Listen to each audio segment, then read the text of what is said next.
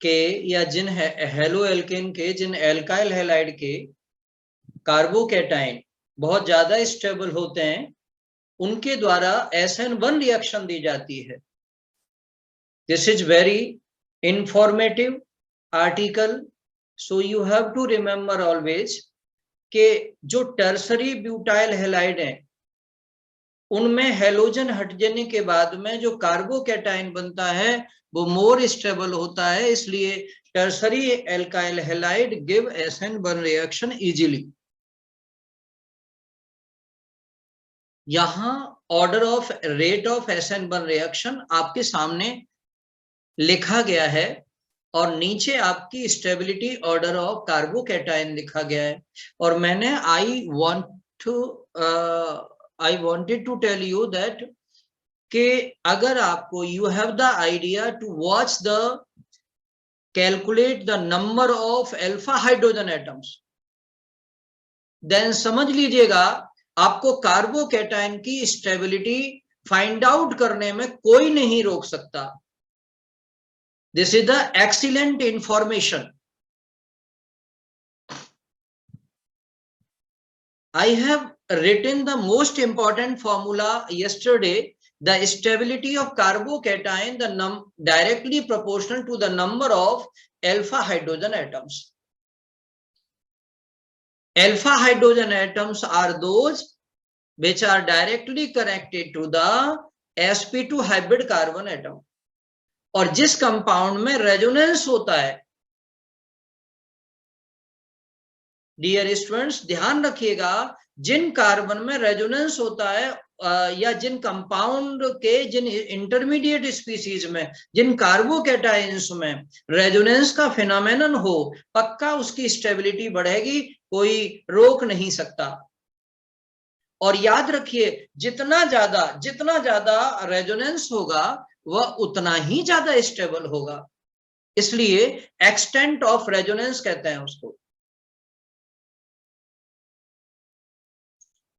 और अब है नंबर थर्ड पॉइंट की बात कि नंबर ऑफ रेजोनेटिंग स्ट्रक्चर्स किसी कंपाउंड की जितनी ज्यादा होंगी उतनी ही ज्यादा ही क्या स्टेबल होगा। मैंने यहां समझाने की कोशिश करी है कि बेंजाइल क्लोराइड में से क्लोराइड माइनस करने के बाद बेंजाइल कार्बोकैटाइन बना। बेंजाइल कार्बोकैटाइन की जो रेजोनेटिंग स्ट्रक्चर है देयर आर 5 इन नंबर, और जबकि एलाइल क्लोराइड से क्लोराइड आयन हट जाएगा तो उसमें जो एलाइल कार्बोकैटाइन बनेगा उसकी 2 ही रेजोनेटिंग स्ट्रक्चर बनी है, तो एक की 5 है, एक की 2 है। इसका मतलब है benzyl carbocation is more stable then allyl carbocation. But एक बात जरूर है कि दोनों में ही रेजोनेंस है, इसलिए ध्यान रखना है कि दोनों ही कंपाउंड, दोनों के ही एल्काइल हैलाइड SN1 रिएक्शन देंगे, और वो भी बहुत फास्टली देंगे, बड़ी तेजी से देंगे, बड़ी रफ एंड टफ देंगे, बड़ा इजीली देंगे SN1 रिएक्शन फुर्ती से। इसलिए मैंने नोट करके यहां लिख दिया है आप सब लोगों के लिए कि benzyl halide and allyl halide are more reactive towards SN1 reaction because of the stability of their carbocation on account of resonance. इनमें रेजोनेंस के का फिनोमेनन है, इस वजह से ऐसा है। बेटा दूसरी बात मैंने आपको बताने की कोशिश करी है, इसको भी आपको समझना बहुत जरूरी है कि these reactions are known as unimolecular SN reaction. SN reactions क्यों हैं? Because their rate of reaction depends upon the concentration of single molecule of alkyl halide। और ये जो पावर लगी हुई है कंसंट्रेशन पर, और वो जो पावर है वही बताती है कि यूनिमॉलिक्यूलर रिएक्शन है। ये एक्चुअली ऑर्डर ऑफ रिएक्शन के नाम से जाना जाता है, केमिकल काइनेटिक्स में हम आपको आगे बताएंगे।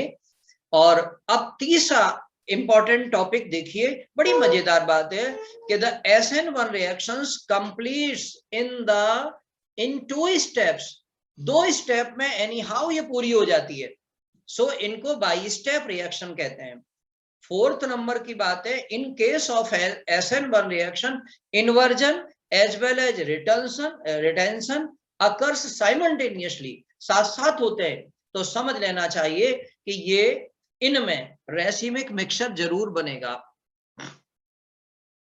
मैं पांचवी बात आप सब लोगों के लिए लिख रहा हूं। क्यों Abhijit?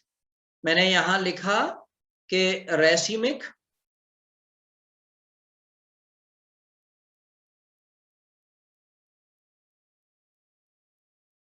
racemic mixture is formed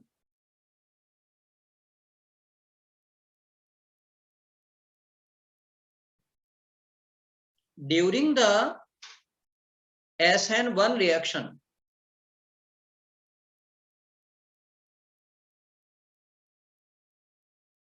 बेटा एक आप का ब्रेन अगर क्रिएटिव थिंकिंग वाला है तो आप मेरी बात समझ लेना। एक बात यहां पर बीच में ही बता देना चाहता हूं कि कायरल कार्बन होगा तो ही रेसिमिक मिक्सचर बनेगा, तो ही वो रिएक्शन जो है ना वो डी और एल की बात करेंगे।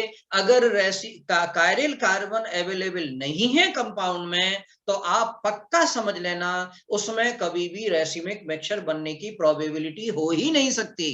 इस वजह से यहां पर ये रेसिमिक मिक्सचर का जो पॉइंट है, और आप देखिए यहां पर रेसिमिक मिक्सचर का बनना रेसिमाइजेशन कहलाता है। तो रेसिमाइजेशन टेक्स प्लेस।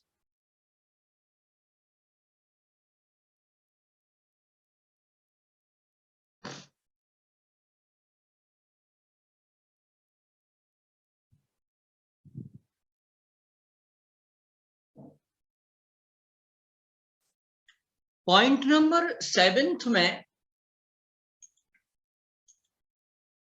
मेरे साथ साथ आप इन चीजों को अपने ब्रेन में पुट करते चले जाइए।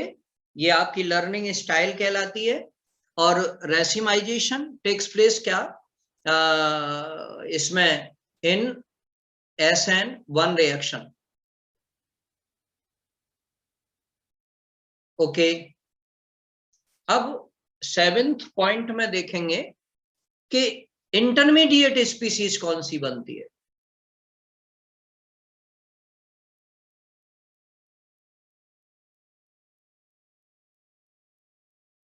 इंटरमीडिएट स्पीसीज ऑलवेज कार्बोकैटाइन होती है।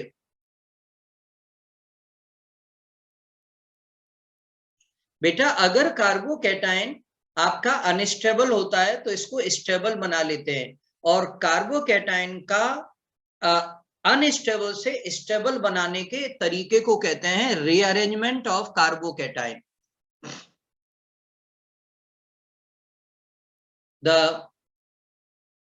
If carbocation is unstable,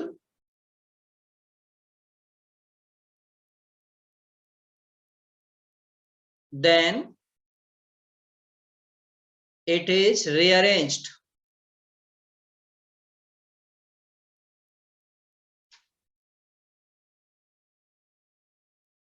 nine number का पॉइंट, हाँ मैं रीअरेंज करने का तरीका आपको एक सेकंड के लिए बता ही देता हूं, वो समझ लीजिए। यहां पर एक्चुअली देखिए 3 डिग्री अगर 1 डिग्री है कार्बोकैटाइन तो 2 डिग्री में कन्वर्ट हो जाना चाहिए। आपको करना है ऐसा। कभी कभी 2 डिग्री को 3 डिग्री में, क्योंकि 3 डिग्री ज्यादा स्टेबल है कार्बोकैटाइन।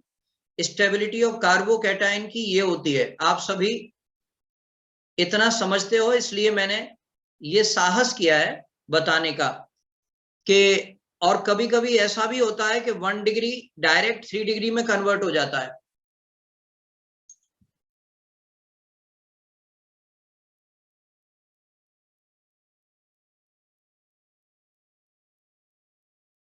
मेरे बच्चों ध्यान ये रखना है कि जैसे सपोज करो कि CH3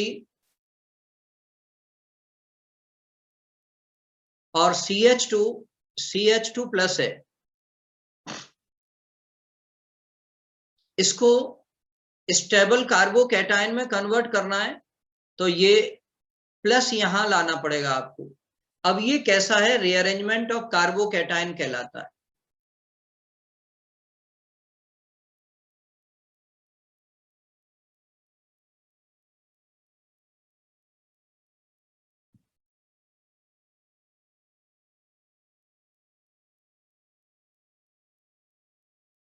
मुझे ऐसा करने के लिए क्या करना पड़ा, अब समझ लीजिएगा।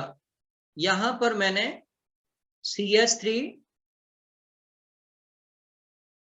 CH और ये CH2 कंपाउंड के इनसाइड कुछ चेंजेस आते हैं और उन चेंजेस को मैं एक्सप्लेन कर रहा हूं धीरे धीरे।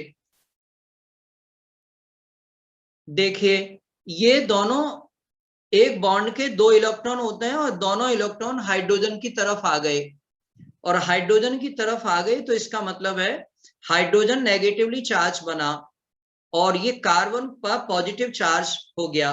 तो जो H पर नेगेटिव चार्ज है वो यहां से इलेक्ट्रॉन लेकर इस वाले, मतलब ये इस वाले कार्बन के अंदर एम्बेडेड हो जाता है। तो एम्बेडेड माने धस जाता है, इसके साथ कंजुगेट हो जाता है इसका। तो इसे कहते हैं, ये H माइनस जहां भी बनता है उसका नाम है 1,2H minus shift.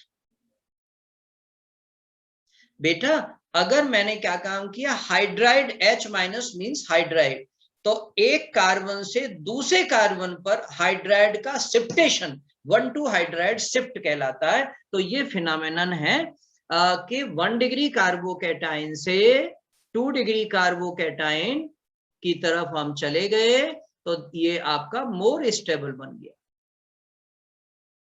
SN2 reaction में ऐसा बिल्कुल नहीं होता है, SN1 रिएक्शन में ये पक्का होता है। तो rearrangement of carbocation occurs during the SN1 reaction, और उस समय जब रीअरेंजमेंट करेंगे तो रीअरेंजमेंट जो है ना वो 1,2 हाइड्राइड शिफ्ट के द्वारा हुआ। अब लाओ एक और नई चीज यहां पर बताता हूं, ये पहला एग्जाम्पल था। अगर आपको थोड़ा सा और ध्यान देना होता और मैं ये कह देता भाई I have taken a important example, this is known as tertiary, वो आइसोब्यूटाइल कार्बोकैटायन, आइसोब्यूटाइल कार्बोकैटायन है C और CH2 प्लस। बेटा मुझे क्या करना है, पहले H जब CH3 और H दोनों लगे हों तो याद रखिएगा कि H माइनस को पहले शिफ्ट करते हैं और बाद में अगर H माइनस अवेलेबल नहीं हो तो फिर CH3 को शिफ्ट कर देते हैं। तो मैंने यहाँ शिफ्ट करने का आपको तरीका बताया कि जहां जिस कार्बन पर पॉजिटिव चार्ज लगा है, आपका ध्यान और आपका फोकस अगर मेरे से हट गया तो मेरी इतनी मजबूत और स्ट्रांग और क्लीन, नीट एंड क्लीन बातें आपके समझ नहीं आएंगी, क्लीन हो जाएंगी, ध्यान रखने की बात है।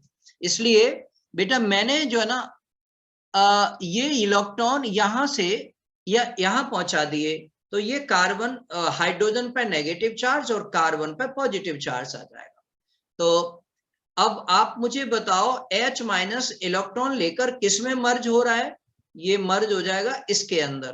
तो क्या सिचुएशन बन जाएगी और ये फिनोमेनन क्या कहलाया, 1,2H माइनस, बिल्कुल।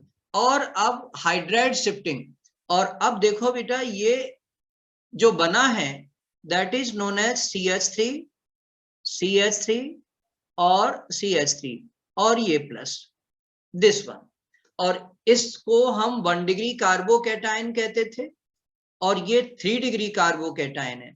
और you know very well, you have the idea कि the stability of 3 degree carbocation is greater than, is higher than primary carbocation, इसलिए ऐसा यहां मैंने बताया है। तो जब कभी मान लीजिए हाइड्राइड आयन नहीं हो, मौजूद ही नहीं हो कंपाउंड में, तो आप ऐसा कर देना C पर CH3, जैसा हमारी इस बच्ची ने अभी अभी बताया कि भैया अगर ये नहीं है तो ऐसा सिचुएशन बन जाती है कि ये अब मिथाइल मिथाइल लगे हुए हैं, ये 1 डिग्री कार्बोकैटायन है। अब जिस कार्बन पे पॉजिटिव चार्ज है उसके पड़ोस वाला कार्बन 4 डिग्री कार्बन है, लेकिन फिर इसके बावजूद भी ये स्टेबल नहीं है। तो हम क्या करना है, ये दोनों इलेक्ट्रॉन यहां पहुंचा देते हैं और पहुंचाने के बाद में ये नेगेटिव हो जाता है और ये पॉजिटिव हो जाता है, और ये एक्चुअली मर्ज कहां हो जाएगा, इसके साथ। तो ये देखिए 1 2, अब यहां CH3 नेगेटिव चार्ज, इसे कहते हैं 1,2 मिथाइल या कार्बेनियन आयन या methyl carbanion ion shift. CH3 CH3 CH2 CH3, the 3 degree carbocation, the 1 degree carbocation. और यदि आप दोनों में अल्फा हाइड्रोजन देखेंगे तो यू विल इमेजिन। तो ये एंटायर चैप्टर इतना इंटरेस्टिंग है कि इसके बाद केमिस्ट्री ऑर्गेनिक में बिल्कुल कुछ भी नहीं है, बहुत छोटी छोटी केमिकल रिएक्शन है।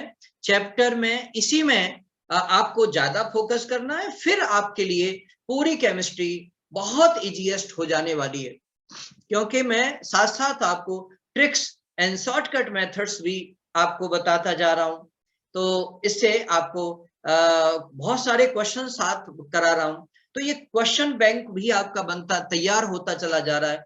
इसे क्वालिटी क्वेश्चंस भी कहते हैं, क्योंकि कारण ये है जो क्वेश्चन पीछे आ चुके हैं या जो इंटेक्स के क्वेश्चन है, जो एग्जाम्पल के क्वेश्चन है, पीछे बाद में मैं एक्सरसाइज में जो क्वेश्चन है उनको भी साथ साथ अपन लेते चले जाएंगे, ताकि आपके एनसीईआरटी का एक एक लाइन मैं आपको बता दूंगा।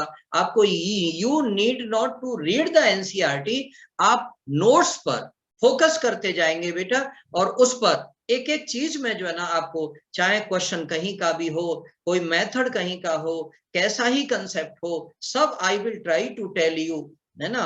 और ये पीडीएफ फाइल भी आपके, आप नोट भी करते चले जा रहे होंगे। तो ये सब चीजें, फिर मैंने वीडियो भी आपको भेज रहा हूं, तो वो सारी चीजें आप फैसिलिटी, तो ये ऑफलाइन क्लासेस में सारी चीजें नहीं मिल रही, इसलिए मोर इंटरेस्टिंग, मोर यूजफुल और मोर रिच इंफॉर्मेटिव बनाने के लिए इस क्लास का बहुत बड़ा यूज है। और इसमें मैं किसी भी बच्चे से 90 प्लस के स्कोर से नीचे कभी सोच भी नहीं सकता। इसलिए याद रखिएगा, आप इस समय थोड़ा थोड़ा स्ट्रेस हर उसको सब्जेक्ट को अपना उसका टाइम उसको दें, है कि नहीं। घर पर आप स्टडी का इस तरह से डिवाइड या फ्रेगमेंट्स में डिवाइड कर दें टाइम को, कि मुझे इतने आवर्स तो केमिस्ट्री पढ़नी है और इतने आवर्स मुझे फिजिक्स पढ़नी है और इतना बायो पढ़नी है। तो इतना आप डेली रूटीन में उसको आप फॉलो करते जाना, और यदि आपने फॉलो अभी से किया तो दिस इज माई गारंटी कि आपको कोई भी कष्ट, कोई भी किसी भी प्रकार का ट्रबल कभी नहीं करना होगा। और अल्फा हाइड्रोजन बताएं, इसमें कितना हो गया बेटा, बताओ, नील हो गया। ओके, अब मुझे बताओ अल्फा हाइड्रोजन यहां पर कितने हो गए, ये अल्फा है, दिस इज अल्फा और दिस इज अल्फा, तो 3 6 और 8 हो गए, इसका मतलब है मोर स्टेबल हुआ।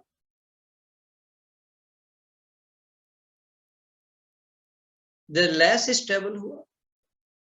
अब एक बात मेरे बच्चों की समझ में आ गई है कि मैंने ये काम क्यों किया था।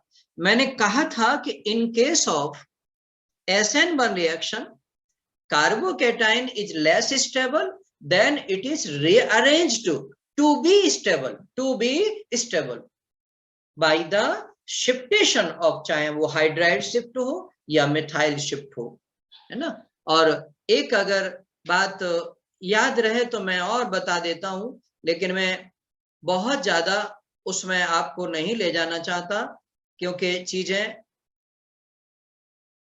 ज्यादा हो जाए, इंफॉर्मेशन ज्यादा हो जाए तो लर्न करने में और मेमोराइज करने में परेशानी होती है। अब जरा विचार करेंगे, अगर यहां पर जो क्वाटरनरी कार्बन था आपका, ये अल्फा कार्बन जो था, इस पर 2 मिथाइल और पीएच लगे हैं, फिनाइल, तो याद रखिएगा कि फिनाइल का शिफ्टेशन होगा, अब मिथाइल का नहीं होगा, क्योंकि ये ऑर्डर वास्तव में शिफ्टेशन का ऑर्डर मैं आपको यहां लिख देता हूं कि ऑर्डर ऑफ, ये बहुत आइडल ऑर्डर है, शिफ्टेशन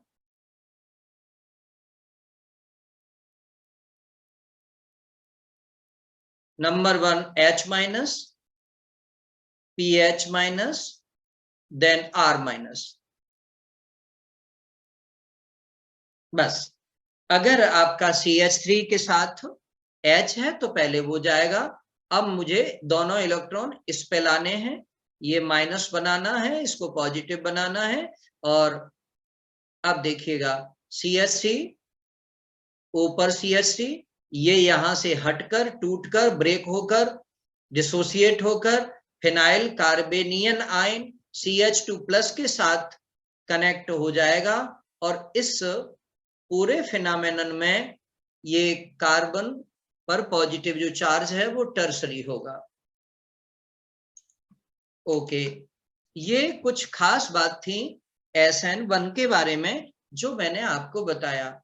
SN1 रिएक्शन हमेशा एक्वस मीडिया में होती हैं। 9 नंबर का कंसेप्ट अगर चाहो तो मैं लिख सकता हूं, दिस या SN1 reactions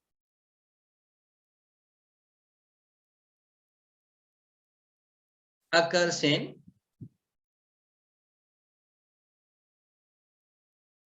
aqueous media, और aqueous media का मतलब होता है पोलर प्रोटिक सॉल्वेंट। अब ये वर्ड भी एक नया आ गया,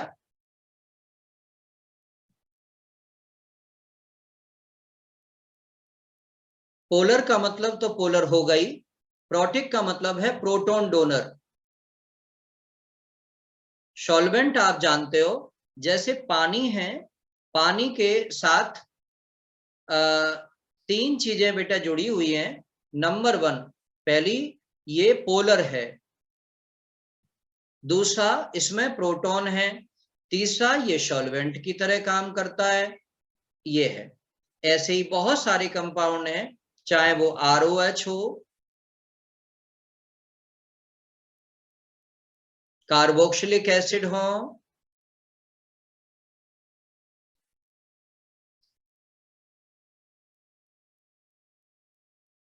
RCOOH हो, ROH हो, एक्सेट्रा, ये सब के सब ऐसे ही है। मैं आप कल से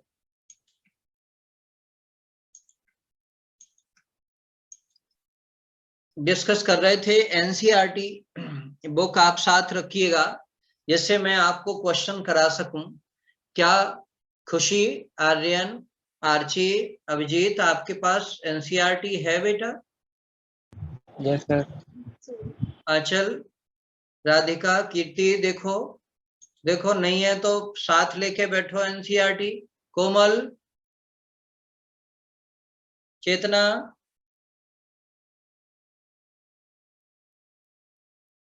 अच्छा इधर आइए। अब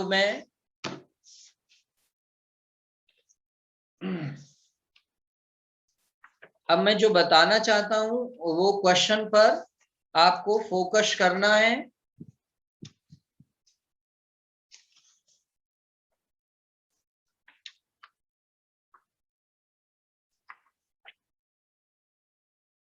यस,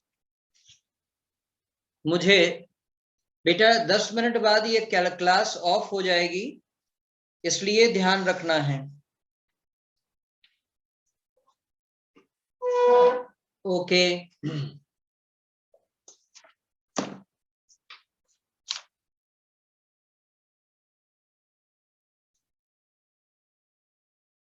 चलिए मैं पेज नंबर बता रहा हूं और मैं क्वेश्चन नंबर भी आपको बता रहा हूं, है ना। और ये ध्यान रखिएगा, ऑर्डर ऑफ SN1 रिएक्शन। देखिए R अगर कांस्टेंट हो तो I जल्दी हट जाने वाला ग्रुप है, तेजी से SN1 रिएक्शन देता है, फिर RCl और देन RF। ये जो ऑर्डर है वो SN1 में भी यही रहता है और SN2 में भी यही रहता है, क्योंकि R पे डिपेंड नहीं करता। ये SN1 में भी सेम रहेगा और SN2 में भी सेम। तो मैं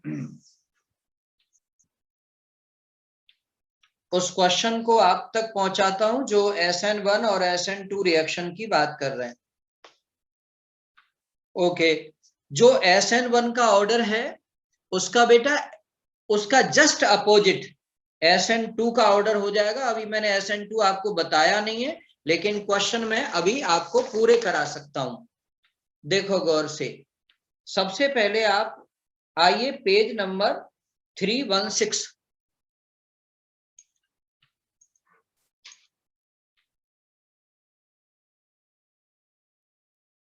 पेज नंबर 316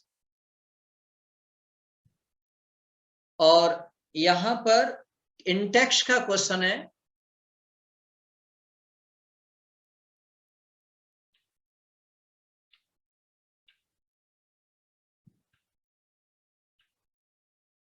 क्वेश्चन नंबर 10.7 पर फोकस करेंगे।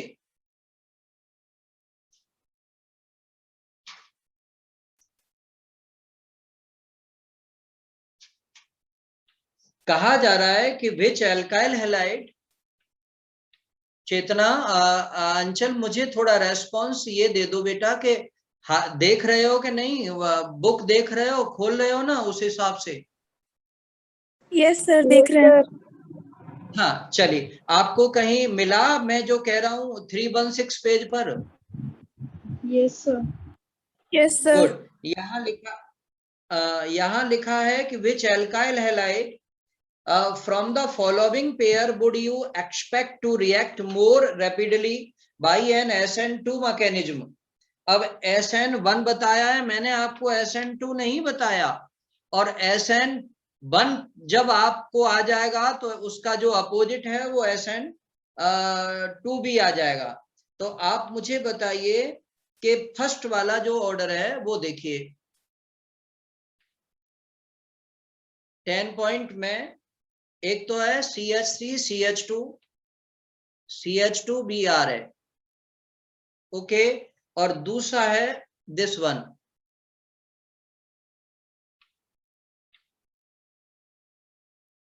आप मुझे बताएं, Br बिल्कुल हटा दें और हटाने के बाद में पॉजिटिव चार्ज लगा दें।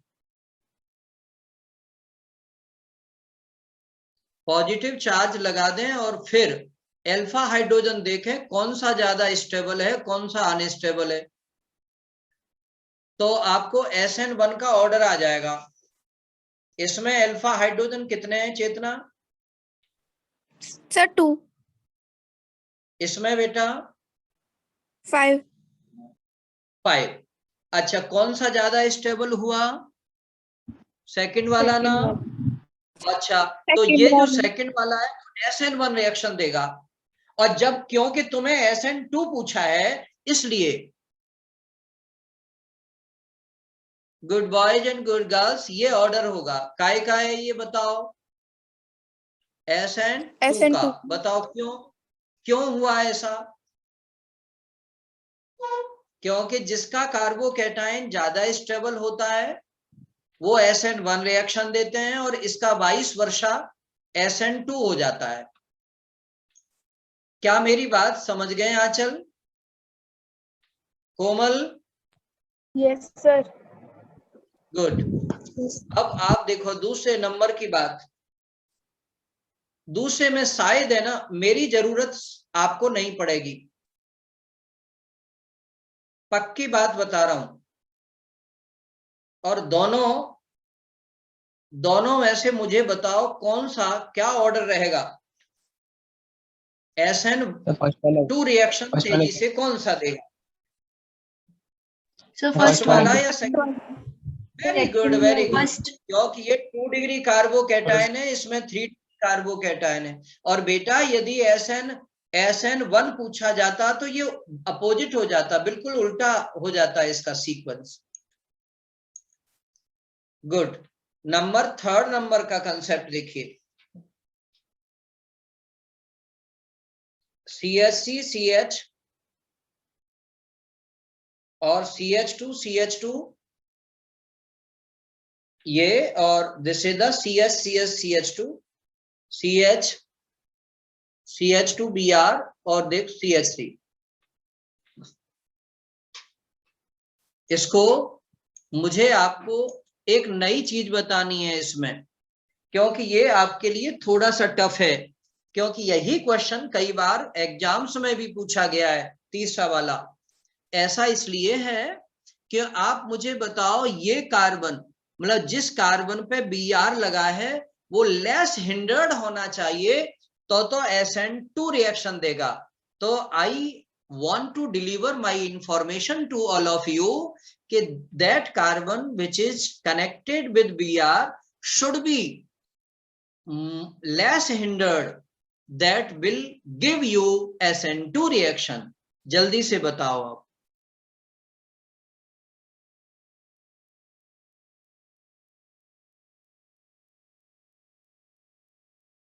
अरे बेटा ये तो फर्स्ट वाला। लेस हिंडर्ड, बिल्कुल लेस हिंडर्ड। ये कार्बन आपका बिल्कुल सही बात है, this carbon is less hindered और this carbon is more hindered.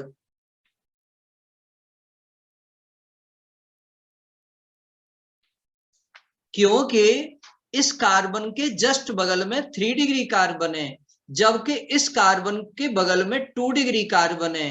तो जहां 3 डिग्री कार्बन है वो इसको वो मोर हिंडर्ड बनाएगा और इसको लेस हिंडर्ड बनाएगा। तो लेस हिंडर्ड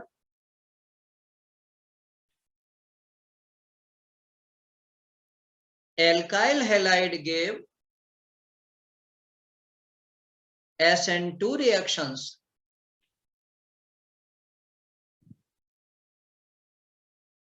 SN2 रिएक्शन। अब मैंने आपको ऑर्डर लिख दिया है और आप सुन लीजिएगा कि यहां पर रेट ऑफ SN2 रिएक्शन, मेरे बच्चों को कोई पूछे तो वो बता देंगे steric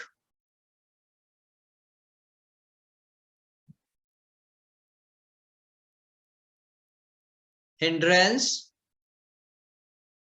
effect. Steric hindrance effect जितना कम होगा वह उतना ही जो है ना वो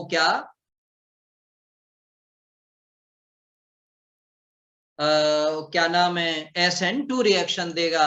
अब मुझे बताओ कि माना मैंने CH3Br लिख दिया, X लिख दिया, तो यहां जिस